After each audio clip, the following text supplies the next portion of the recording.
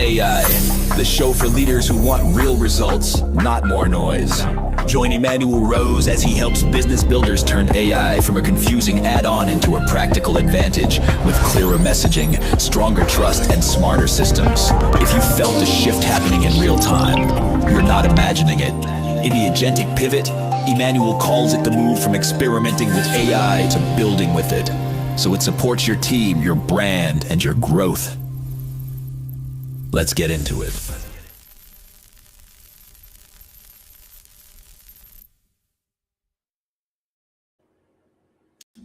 Welcome to Marketing in the Age of AI. I'm Emmanuel Rose. My guest today is RJ Talyor, a product leader with 22 years building software for marketers. He led product teams at ExactTarget and Salesforce and co-founded Pattern 89, which was acquired by Shutterstock, and now runs Backstroke, helping marketers bring creativity into an AI-first workflow. You can find him at backstroke.com. And you can find him on LinkedIn. But let's get started with the biggest practical opportunity that he sees for marketers right now. RJ, thanks for spending some time with me today. Yeah. Thanks for having me. Appreciate it. Yeah, well, you're engaged in a lot of fun stuff. Tell me what you learned from the e-commerce brands you were talking to last week. Oh, yeah. Well, last week we were in New York for our second annual AI conference. We hosted, it's called Long Axis, and we had over 145 brands join us there. And there is such a hunger for AI, and there's two camps, literally just two camps of people. One is people who are like full steam ahead, and they're way ahead of you or me or everybody. And then there's a bunch of looky-loos. And a bunch of marketers who are watching and looking for best practices. They're scared and they're fearful, and they're using all sorts of excuses or reasons internally or externally to justify that. But it's pretty clear that the camps are clear, and we're looking at about an 80-20 sort of unfavorably, where 20% have just shot ahead, and then 80% like they're collecting information, and it's pretty stark difference there. It seems like the classic marketing curve, though, doesn't it? It does. The difference here is I feel like there's no time to waste. Like it's like these tools and capabilities are advancing at such a fast pace that if you're not paying attention, you're just going to be left behind in a way that I don't think the world's seen before. So I know I feel like that. I mean, I'm keeping on top of all this stuff on a weekly basis, and it's such a rapid pace. But so yes, it feels like similar waves in the past, but I ran mobile for Salesforce for about 10 years, and I was third in line to get an iPhone in 2007. That's my one of my claims to fame. You have a T-shirt. Yeah, right. But that adoption curve took a longer time, and marketers went from marketing to mobile marketing, and then embracing mobile within their stack. It feels like AI is like almost overnight. So feels like the urgency is really, really high. Yeah, it is interesting velocity that the technology's on, and then what that velocity allows for people who are kind of riding the lightning to get out in front, right? And I think the fascinating thing is there's, as a brand, a new startup can leapfrog existing, right? Number one. And then also this phenomena of taking a tool like Salesforce and then vibe coding a reasonable MVP in maybe not a weekend, but in a unbelievably rapid amount of time. In a month, you can go from, hey, I'm going to take on Salesforce to I have this MVP that we're using in my company every day now. Yeah. Well, I've seen a lot of people comment on that. I don't know if I believe that, because if you go down to like trust and security and all the things that your CTO wants and your chief information security officer, my company is SOC 2 certified. So SOC 2 compliant, those things just aren't going to replace like a financial institution or even a big retailer that has a lot of financial data, or PII isn't going to like, oh, hey, let's swap out Salesforce for this vibe coded thing, especially in like a heightened security world. So, Sure. but your point is fair, which is the innovation that's coming is happening so rapidly that these smaller challenger brands who maybe aren't yet subject to all those security protocols or data systems and training, like all that, turning the Titanic type stuff in the enterprise, they are going to present a faster and larger challenge to these brands that has never been seen before with powered by AI. Yeah, and I think the kind of one of the levers is Claude and the suite of Claude products which we have now. For instance, I'm working on a prospecting tool for SMBs where I go and do 14-step review of their digital footprint, right? Mm-hmm. And I built that out over the last week. Yeah. And I have a beautiful report that is created and can use as a prospecting tool in what's relatively quick amount of time. Yeah. And then be able to then push that into Claude Code and build an internal tool for my team. Yeah. Eventually, maybe in the next 3 months, I can push that out and turn that into something that's monetized for other agencies to use. So that sequence of events is pretty amazing. And then of course Claude just added another dimension to their suite of products. Why don't you talk about that a little bit?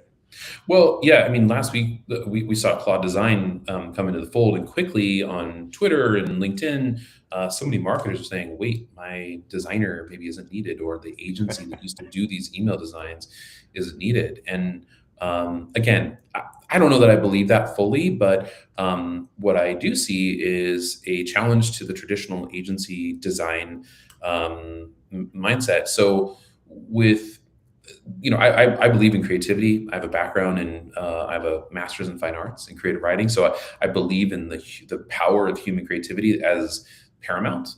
Decision-making, brand ethos, those types of things all I think are very, very human. But I'll say that some of the formulaic, templated design approaches that are out there, I mean, you don't need a human to create that, hero in a 4-grid email. You just don't. Right. And because Claude Design can do it beautifully. There's still some rendering challenges that we've seen. So, but you like some of the, it's the difference between true creativity and then best practices. And the things that are best practices or templatized are at high risk to be replaced by tools like Claude Design. And I think that's really exciting, because if the humans who were doing those manual things to assemble things that the machines can do, if that work is now done by AI, by Claude Design or other tools, what is it that humans can do? So there's like kind of this new, I think, energy in differentiating your brand that is a big opportunity for a lot of marketers. Yeah, and really, what my counseling has been to clients is you find the things that are time sucks or that are not necessarily creative acts or not relationship acts. Yes. Right? Those are the two things that the humans need to be focused on. The other things, any SOP you can automate, get after it and do it, right? Yeah, totally. It's funny. Last week at our AI conference, we had an astrophysicist come and talk to us about their use of AI to explore space. It was nice. Mind blowing. I hadn't even thought to think those things, Yeah. But he was really cautionary too about the way that these LLMs are built and the levels of transponders that the data goes through, and the whole idea that it's all based on predicting something. So it's not like, whether it's a word or an image or a report or anything, it's still a prediction, and that you can't trust it. And he was pretty heavy on that. You can't trust it. And I'm thinking, well, we're building Backstroke and marketers are building all this cool stuff on top of these tools and these platforms. And like, if you can't trust it, then I don't know, like it was a sort of a scary warning to me. That said, understanding how they're built, then you can say, okay, well, what am I looking for? That Yep. is the thing that I shouldn't trust, and just in the same way that you have maybe people have said this before about like maybe a more entry level employee. Like you wouldn't have an entry level employee do the work and then ship it to the client. You got to review it. Yeah. So I don't know. It was he's dealing with like rockets and space and satellites and all sorts of things, and I deal Not with just it's not just a Facebook ad for guys. right. Yeah, yeah. I mean, I'm dealing with like a click on an email, but Yeah.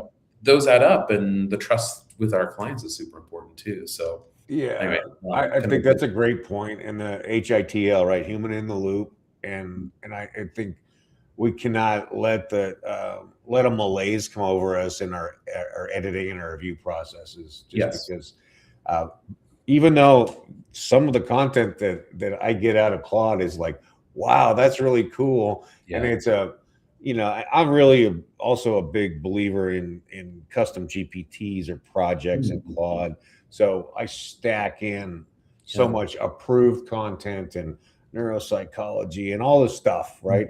I think that's really the genius of the LLM, is that we're able to Yeah, create these creative guardrails and come out with things that are that sound like me, and sometimes are even a little more creative than I would be on yeah, that day, right? yes, yeah, yeah, yeah, yeah, yeah. It is what you're describing is like kind of back to the first thing we were just talking about is like you have a level of experience now in building these capabilities that many marketers are thinking, I'm not even going to delve into that, and just like, math, if you miss your freshman year math class in high school, then when you get to Yeah, sophomore year, you're like, wait, what are they talking about? And then once you get to calc, you're like, I don't even understand these basic right. concepts. I'm And transferring into the English department at that point. yeah, that's right. Yeah, that's what I did. Me too. But it's like I think that that's where this like separation is happening. It's like Yeah. the people who are in, and then those who are watching, and that's a little scary. I think, yeah, I agree, and I do think it's interesting. I think that what we saw early on was like a tool adoption race, and people forgot that this is a technology that has to be planned for, and the humans have to be uh, coached into and led into, Hmm.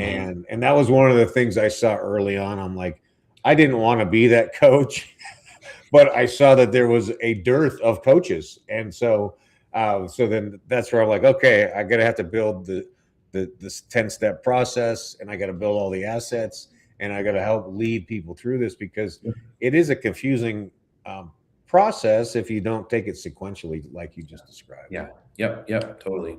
Totally. Well, that's cool. So you guys, what's your primary offer at Backstroke?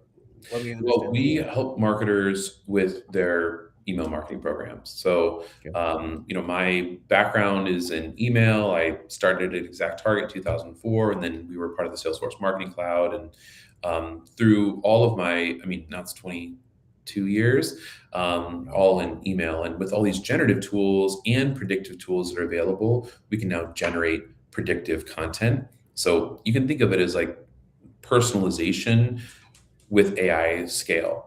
So Love it. for the longest time, we've talked about sending the right content to the right person. At the right And time. the Yeah. problem was, how do we have enough content to do it? Yeah. And if you had 100,000 people on your list, creating 100,000 variations of content was just a no-go, but not anymore. And so Not it's really anymore. fun because we Yeah. can predict what people are going to click on, and you'll get kind of the light red shirt, and I'll get the gray hoodie. Yeah. So, or whatever, is our predicted next thing. So Backstroke generates predictive content. Help me think through this, because as I'm observing the amount of email and the trashy email that the LMs have created. Yeah. uh, I mean, I think it's probably like a 10x in the Hmm. last year of Yeah. email. So how do you think we're going to be? How receptive are we going to continue to be to email based on this volume? And how are we going to, as the end user, either B2B or B2C space, how are we going Yeah. to manage this flood that we're dealing with, so that marketers can then get into the right process, I guess. That's two Well, parts.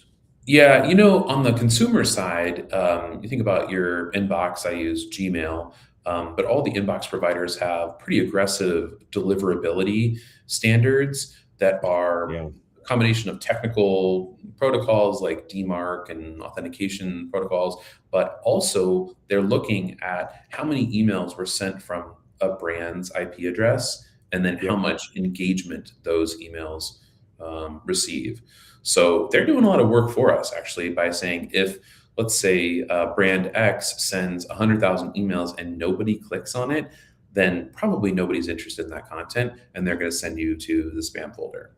So I think, there's sort of two answers to that question, B2B and then B2C. On the B2C side, it feels like the deliverability and engagement metrics that are being used to filter out bad email are helping aggressively to stop that problem. And good, on the up and up marketers feel that pain when when their engagement dips. So that's there. On the B2B side, I don't know. I feel like all of these different email providers and I get a significant amount of spam in my business email address, and whether that's true like phishing or illegal type phishing scams, that's one type. But then there's just a ton of prospecting content out there, and that feels like it's kind of overwhelming.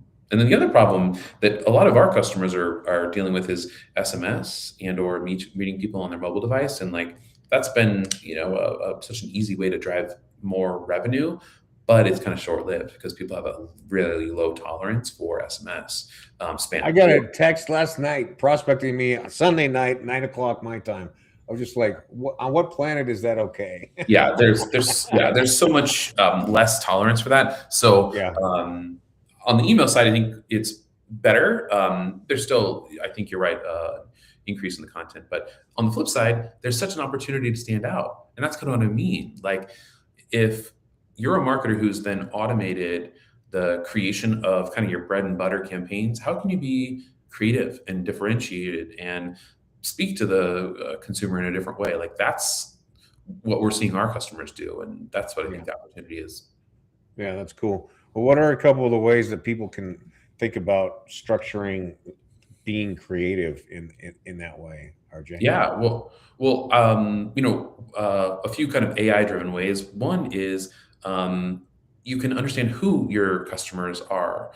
Marketers are so surprised to understand like the demographics of the people on their list, and then the demographics of the people who were clicking and then buying.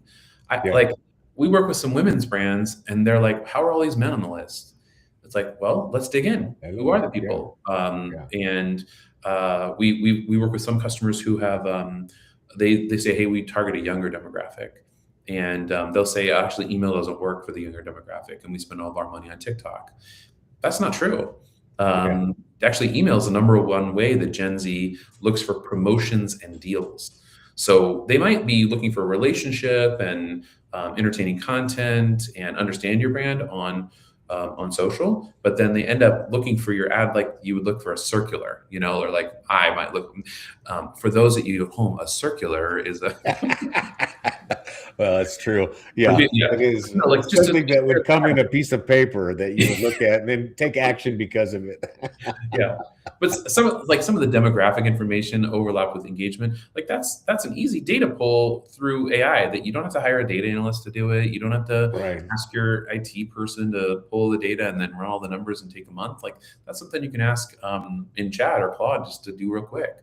And then use that information to say, all right, what should my next email content be? So 46% of your clicks, they come from the hero. That first 400 pixels, 46% of your clicks. So why aren't you just trying every different variation of button, of color, of style, of zoomed in, zoomed out shot? Like AI allows you to generate all those variants. You can test them. With Backstroke, you can predict. So that's what we do a lot with customers, but both on the data analyst side and then on the creative production side, that's where I think those are two easy ways to leverage AI literally right now. Yeah, I love it. And then what size clients do you like working with? What's your sweet spot? Yeah, we normally work with customers who have more than 100,000 subscribers on their list. So we can work with customers with smaller lists, but normally at that size, we see there's enough interest, content, and there's a person at the company who views email as a valuable channel, a valuable enough channel to devote time to an add-on like Backstroke. Yeah, that makes sense. Yeah. Well, what's next for you guys? What are you working on that you're going to be releasing soon? Well, we just launched a new product that we call Surge on Thursday, and Surge allows you to predict what content will work within an email, and it takes, no joke, 5 minutes to set up. So a lot of times in these AI implementations, it's like a full transformation with a lot of change management on it. With Surge, you can do it in 5 minutes. So we're really excited about that. We also have predictive product ordering now available. So you can, in an email, the first product, second product, third product that are featured for a customer, oftentimes those are arbitrarily decided, but actually you can say, hey, here are the 5 products we want to promote. Backstroke, predict which one should go first, second, third, fourth, and fifth. And then we're just going to extend into predicting every different variant within an email.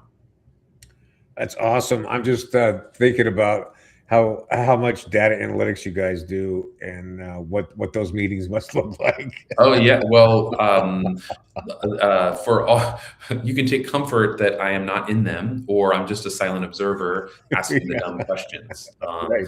Yeah, we have talented PhD data scientists that are digging in, and I do ask the questions. I say, hey, customers want this. Can we do this? Or how do we do that?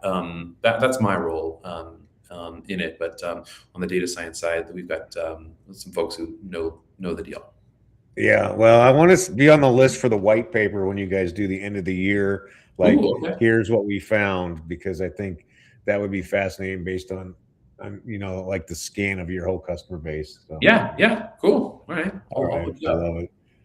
RJ, obviously people can find you at backstroke.com and RJ Taylor on LinkedIn. Any other ways you like to do some TikToks or no, you can find me on LinkedIn. I'm not on TikTok, but you can hit me the old-fashioned way, RJ at backstroke.com. All right. Well, I really appreciate your time today. And thanks for sharing insights, and good luck with the Surge. Hey, thanks. All right. You have a good one. See you again. Okay. Thank you. Okay. Thanks. Well, it's some great stuff. Email, still relevant, still valuable if you're able to produce content in the hero section that then will draw people down into some well-predicted products or offers for them. So it's a good reminder to take a look at your email program and see what you thought was happening and what actually is happening, and make some adjustments to that. I hope you found value in the episode today with RJ Talyor from Backstroke. I know I did. I think it's pretty inspiring to hear the stories about email still being functional.